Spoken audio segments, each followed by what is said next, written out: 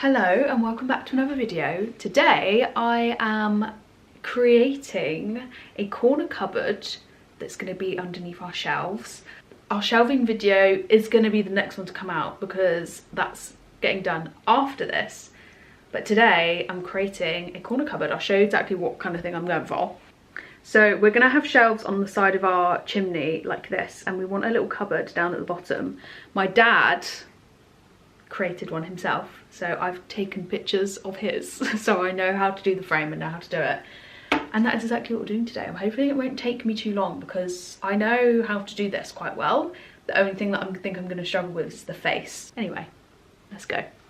So I've started to make a base, but I need to take this piece of skirting out so it's flush with the wall. So I have my trusty chisels, and I'm hoping this isn't going to be too difficult.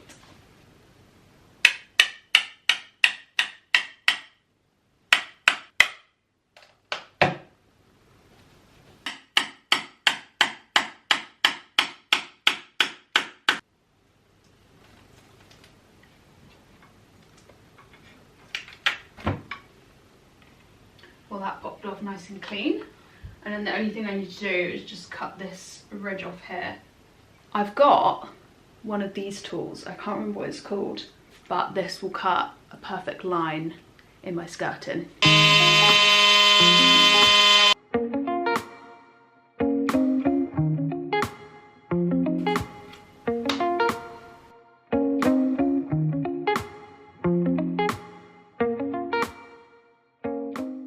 Right, so I've cut the skirting board, so then that will go flush.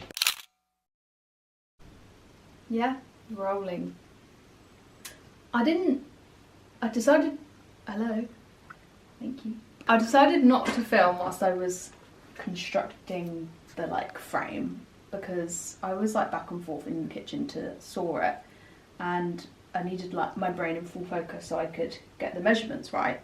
This is what we have. This is the frame of the cupboard that we have. So now is, I find, the most difficult part, because I'm not very good at securing things to walls.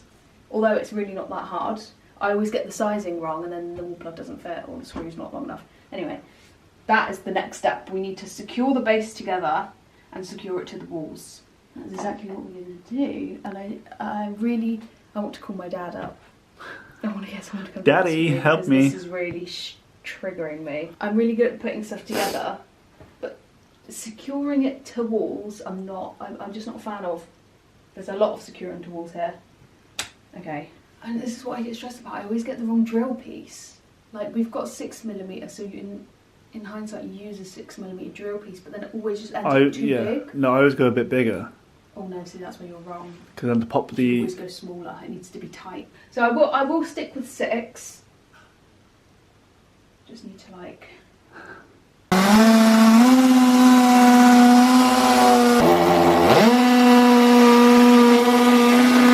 Wonderful.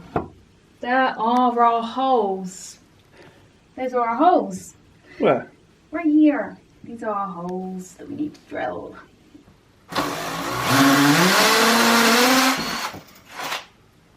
Oh, it's just thrown up black. You see that? Thrown it back. It kind of went. Thrown it back. Black stuff came out. Did it again. Black.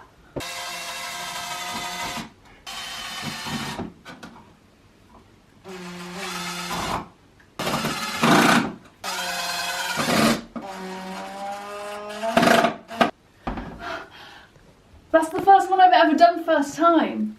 Yeah. It's to the wall.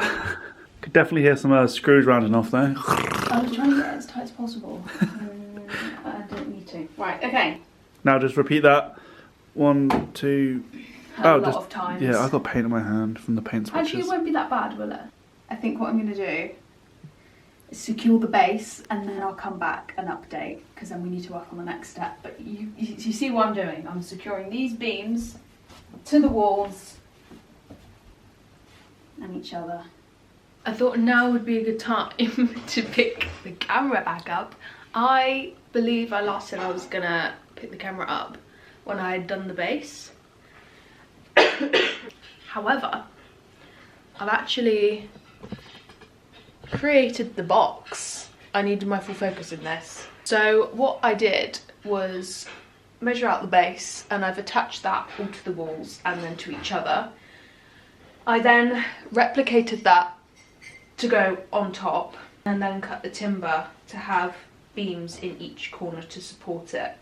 My next step is that I need to add beams in along the top to support more weight. And this in my hand is what I'm going to use to like create a bracket on each side of the frame on the inside to create a shelf. I've also inserted a sheet of MDF here for this side. I just need to put obviously the face on it. So that's where I'm at.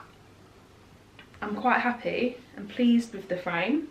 I think I'm going to create the shelving part first, because I'm going to have to put the shelf in before I start attaching the like top part. I've got Geordie Shore on, by the way, as you can see. I have been binge watching it. I found it on Channel 5. I have all the DVDs, and I actually have this DVD, but where I can't plug anything in right now, I found it on Channel 5, so that's exactly what is getting me through this. This is now the point that we're at. So I've built some extra bits to go in here just to basically take weight of anything that goes on top once the unit's done. And we have cut the face. So the face is all ready. The only thing I have left to do is make a shelf on the inside and obviously create doors, and then I can put it all together. I think I've come up to a good strategy of how to do it. So I've marked on, not completely, but marked where the doors are going to be. So I'm thinking if I cut straight down here and stick this panel on and do the same over this side, and then chop the top and bottom off, and then I'll be left with this square that I want to create the doors out of. I'm thinking that'll work. So Kyle's going to get the bench out and he's going to do the cutting. I just need to make sure I measure it correctly and they're not wonky. We're now on to the next day from when I filmed last. Excuse my hair, don't know what's going on. I did wash it last night and let it air dry. I find I always regret doing that because then it goes all poofy. Anyway, I've just finished cutting the face of the unit. I'm a little bit nervous because we did actually do this yesterday. However, it was all wonky. The pieces ended up not fitting together flush. It was all really weird, so we had to buy a new piece of MDF, which I've just cut. I checked the measurements like 5 times, so I'm really praying that this isn't wrong.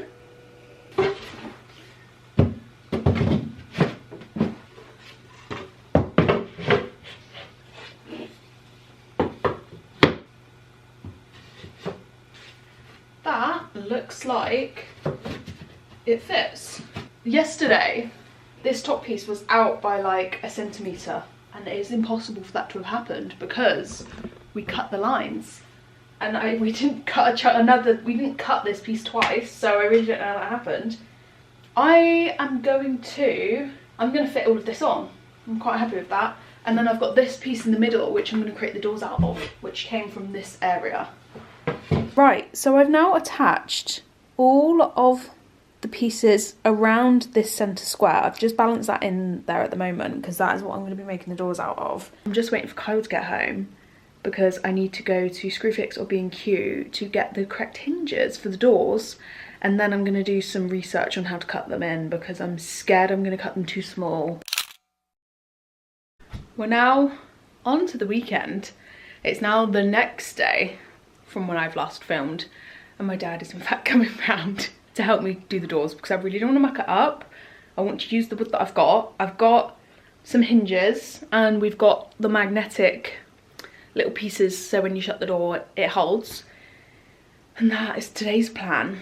I've just cut my piece of wood that I had for the doors to create 2 doors. I just need to sand down the edges now because I need to take off like the tiniest bits so that they actually open and close and not rub on the cupboard frame. So that's what I'm going to do now. However, I'm going to split this into 2 videos. So this will be part 1, and then part 2, I'm going to attach the doors, attach the knobs. We're going to add beading, and then we need to add a top. So this is the end of part 1. I hope this video made some sort of sense of how I made my bracket.